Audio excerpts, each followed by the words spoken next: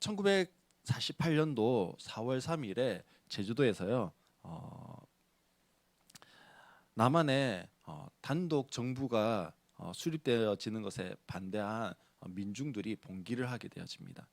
이 일로 인해서 군인들과 경찰이 이 봉기를 강제 진압하게 되어지고 봉기에 참여했던 사람들이요 이제 지리산까지 이렇게 숨어서 저항을 하게 되어집니다.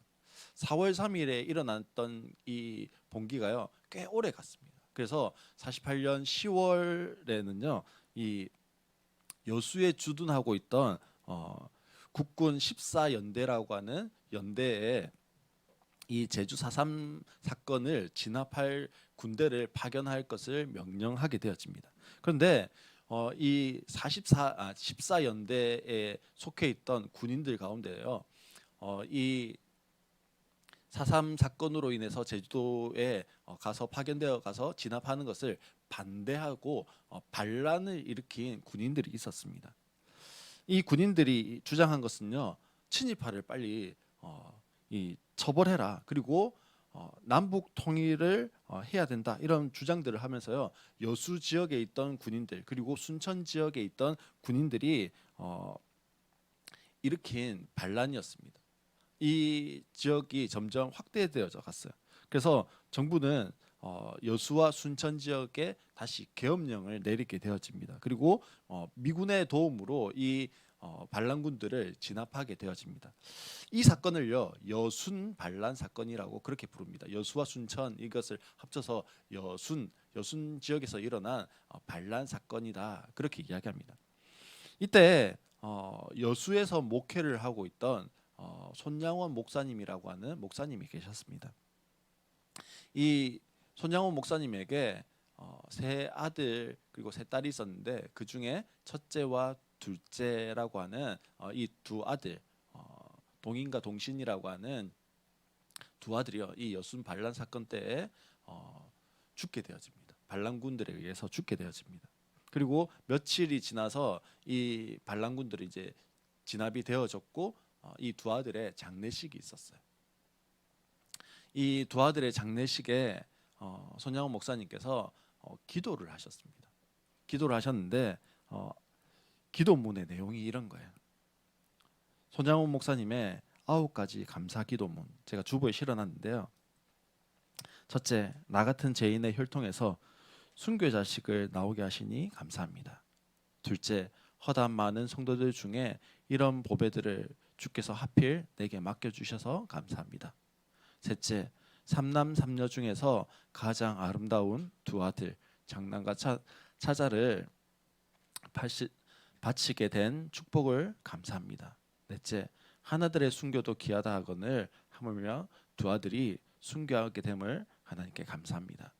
다섯째, 예수 믿기가 누워 죽는 것도 예수 믿다가 누워 죽는 것도 큰 복이거늘 전도하다 총살 순교 당함을 감사합니다. 여섯째, 미국 유학 가려고 준비하던 내 아들 미국보다 더 좋은 천국에 갔으니 안심되어 감사합니다. 일곱째, 나의 사랑하는 두 아들을 총살한 원수를 회개시켜 내 아들로 삼고자 하는 사랑의 마음을 주신 하나님께 감사합니다. 여덟째, 두 아들의 순교로 말미암아 무수한 천국의 아이들이 생길 것이 믿어지니 감사합니다.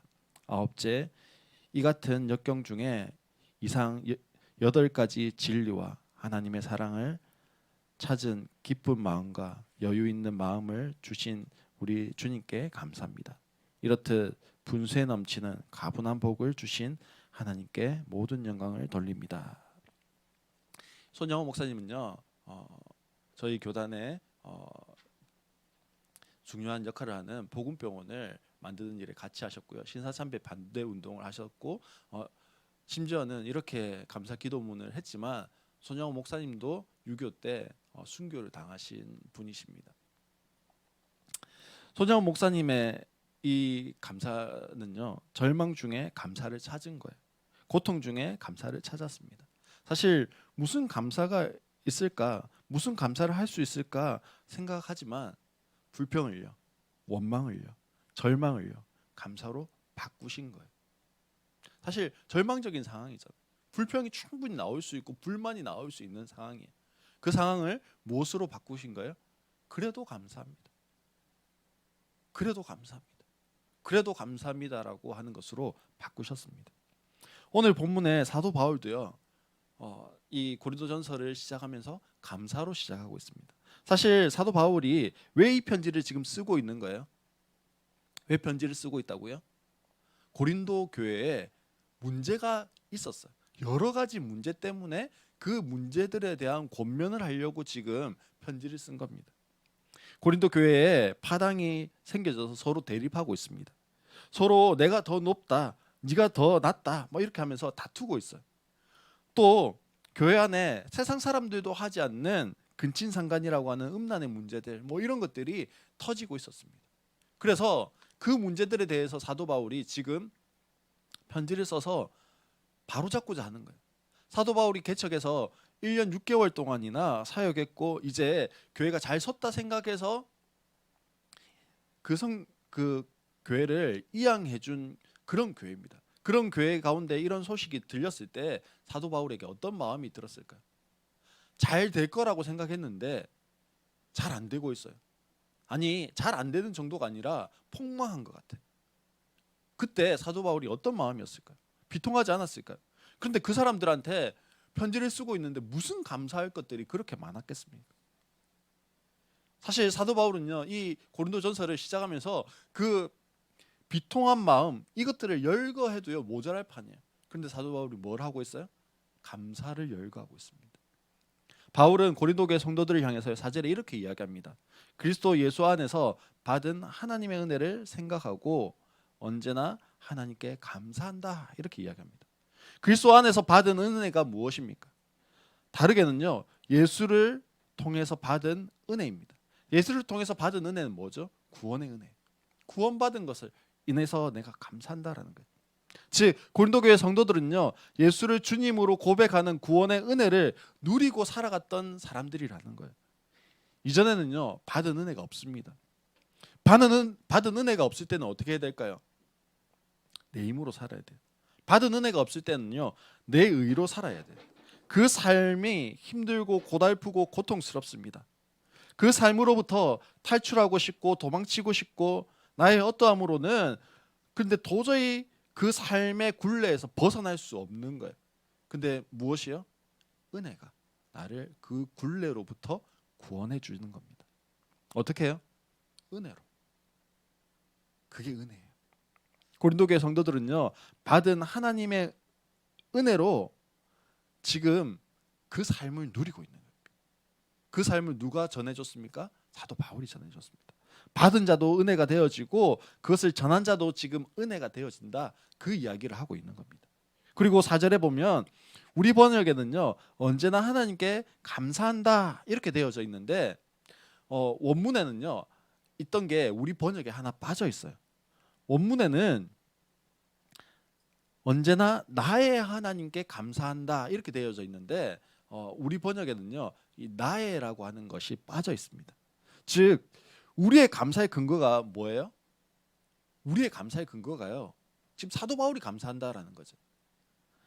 내가 경험하고 내가 고백하고 나와 연결되어져 있는 그곳으로부터 우리의 감사가 출발한다라는 거예요. 어떤 딴 나라 이야기로 감사하는 것이 아니라요 내 안에 주셨던, 내가 경험했던, 내가 누려왔던 그것으로부터 무엇을 하는 거예요? 감사하는 겁니다.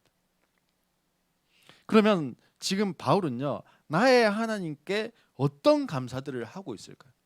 오늘 그것들을 살펴보려고 합니다. 오늘 사도 바울이요 나의 하나님께 내가 이런 것을 감사한다라고 이야기하는 그것을 살펴보려고 해요. 첫 번째로 감사는요 고린도 교회 성도들이 모든 면에 풍족하다라고 하는 것으로 감사한다라는 거예요.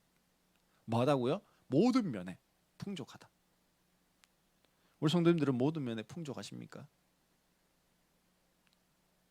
다 풍족해요? 요즘 많이 유행하는 말 중에 플렉스 뭐 이런 말들을 사용합니다.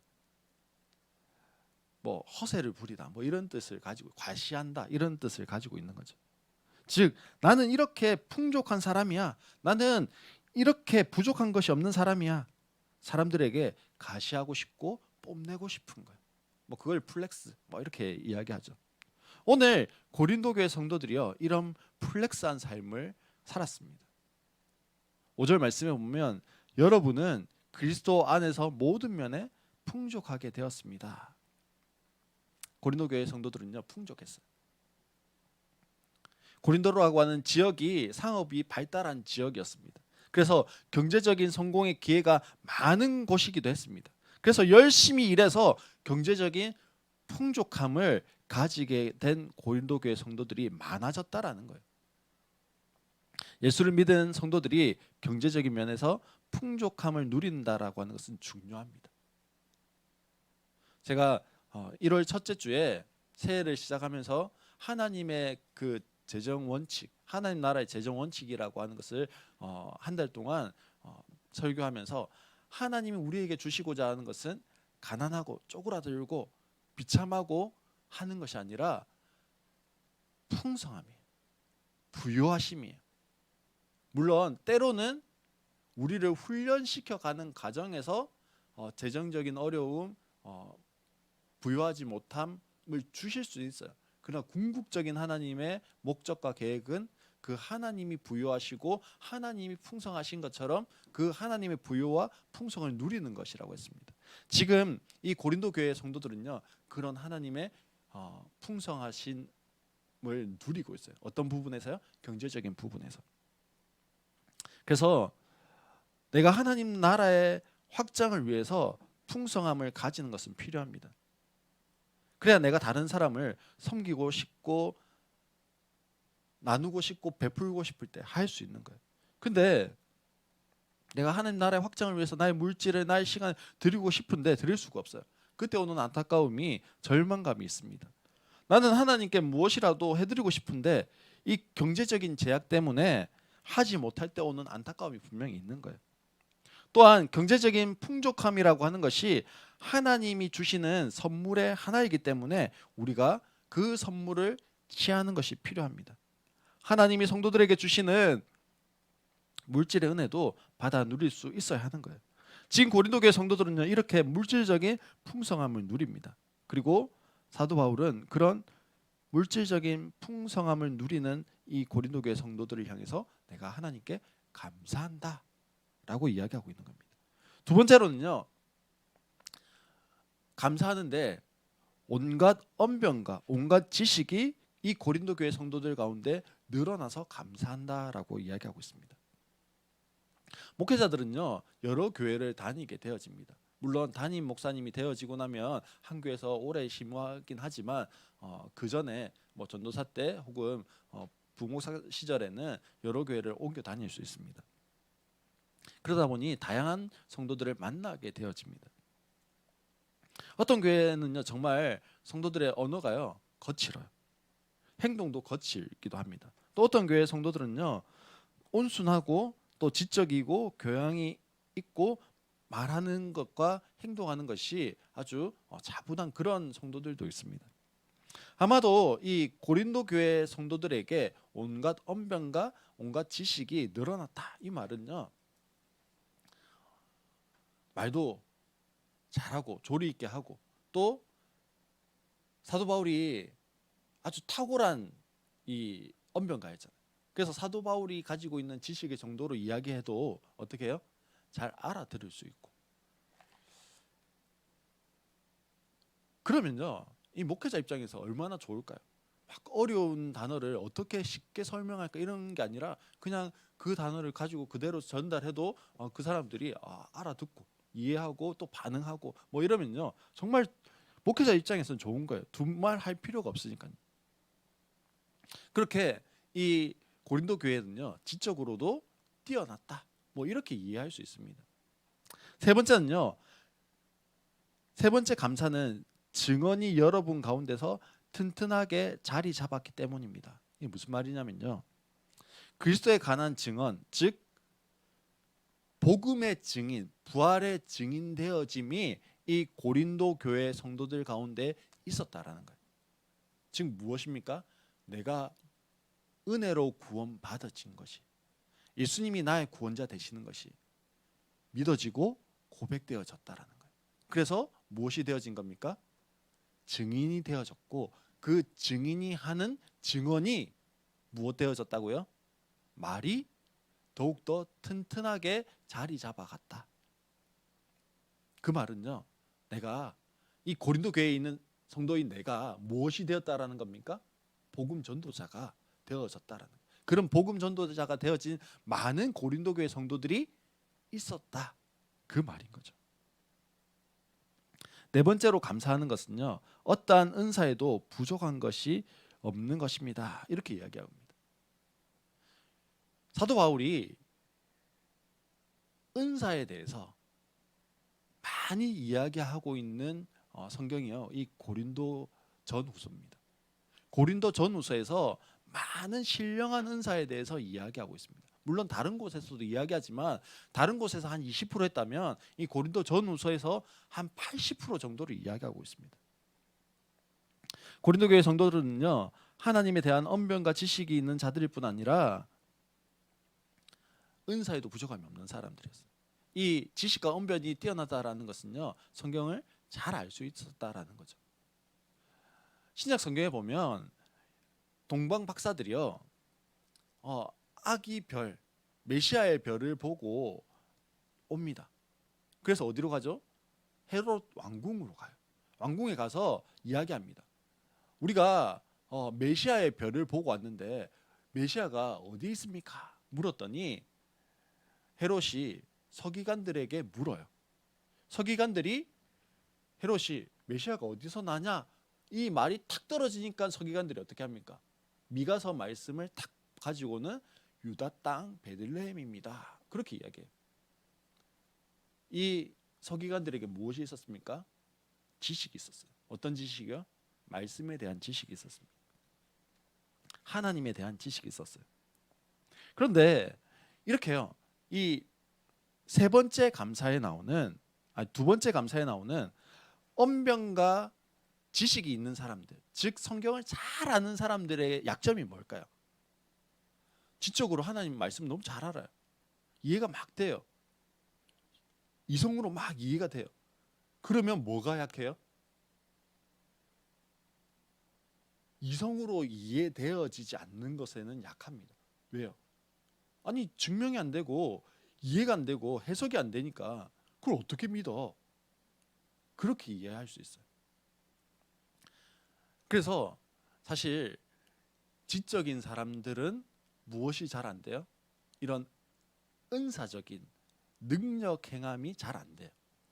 왜냐하면 잘 안 믿어지거든요. 머리에서 잘 안 믿어져요. 내가 믿고 싶은데 머리에서 잘 안 믿어져요. 근데 분명히 두 번째 감사가 온갖 언변과 지식에 늘어났다 했는데 지금 네 번째 감사가 뭐라고요?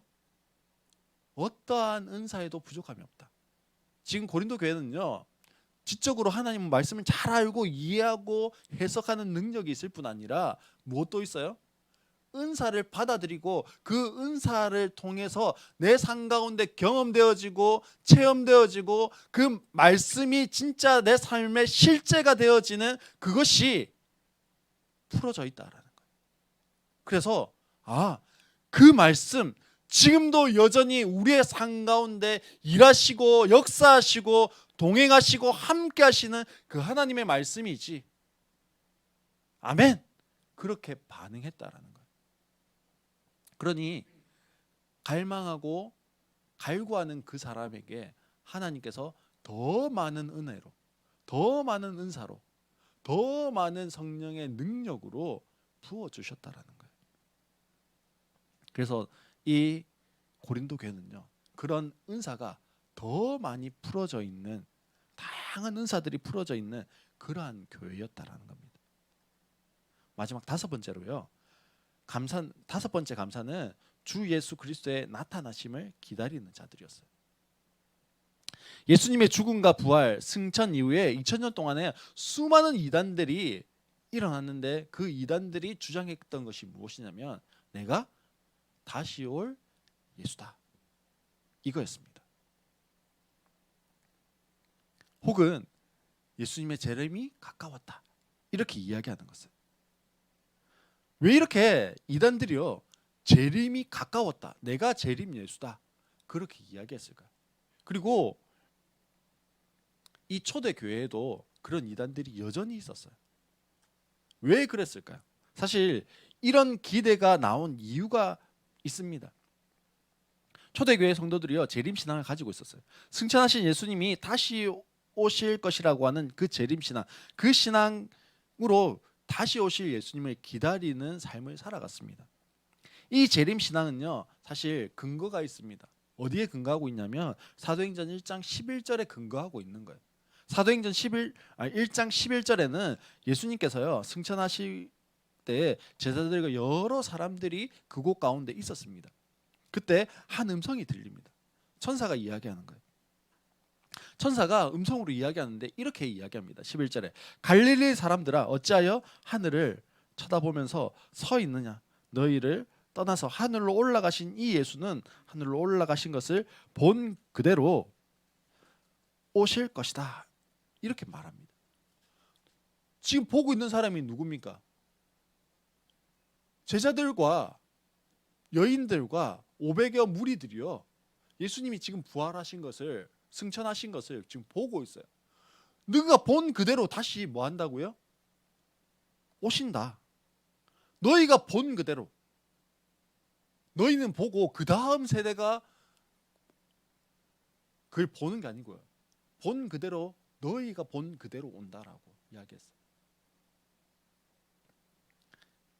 이 사람들은요 지금 사도 바울이 이 편지를 쓰고 있을 때 이제 나이가 많아져서 노년이 되어졌긴 하지만 여전히 아직 무엇을 기대합니까? 예수님이 재림하실 것을 기대하고 있습니다. 이 믿음과 신앙은요 이방인이었던 고린도 교회에도 여전히 동일하게 적용되는 것이었습니다. 재림의 신앙, 그것이 말씀에 근거한 것이기도 했고요. 또 이 당시에 브리스길라와 아굴라가 유대에서 쫓겨난 것처럼, 아니 로마에서 쫓겨난 것처럼 로마의 박해가 더욱더 거세지던 시대였습니다. 그 가운데서 붙잡을 수 있는 소망은 뭡니까? 지금 이렇게 박해가 심한데, 이렇게 고난이 심한데 언제가 되면 끝납니까?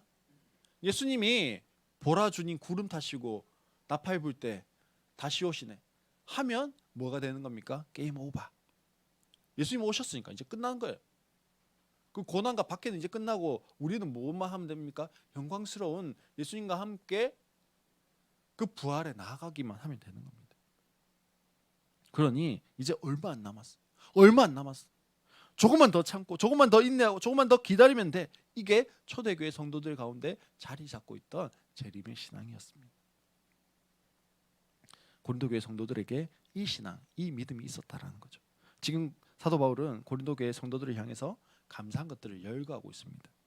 정말 많은 감사할 거리들이 있었습니다. 그런데 4절 말씀에 보면 나는 여러분이 그리스도 예수 안에서 받은 하나님의 은혜를 생각하고 라고 말씀합니다. 세 번역에서는 받은 하나님의 은혜라고 되어져 있습니다. 그런데 개역 개정에서는 예수 안에서 주신 하나님의 은혜라고 되어져 있습니다. 받는 것도 맞고 주는 것도 동작상으로는 맞아요. 하나님 주시면, 예수님 주시면 우리가 받는 거잖아요. 근데 이 원어적으로 보면 준다라고 하는 표현이 조금 더 맞습니다. 근데 이 준다라고 할 때 그냥 뭐 아무거나 이렇게 주는 것이 아니라 준다라고 할 때 하나님의 선물이라고 하는 의미가 담겨져 있습니다. 그러니까요 예수 안에서 하나님의 선물을 은혜로 받았다라는 거죠.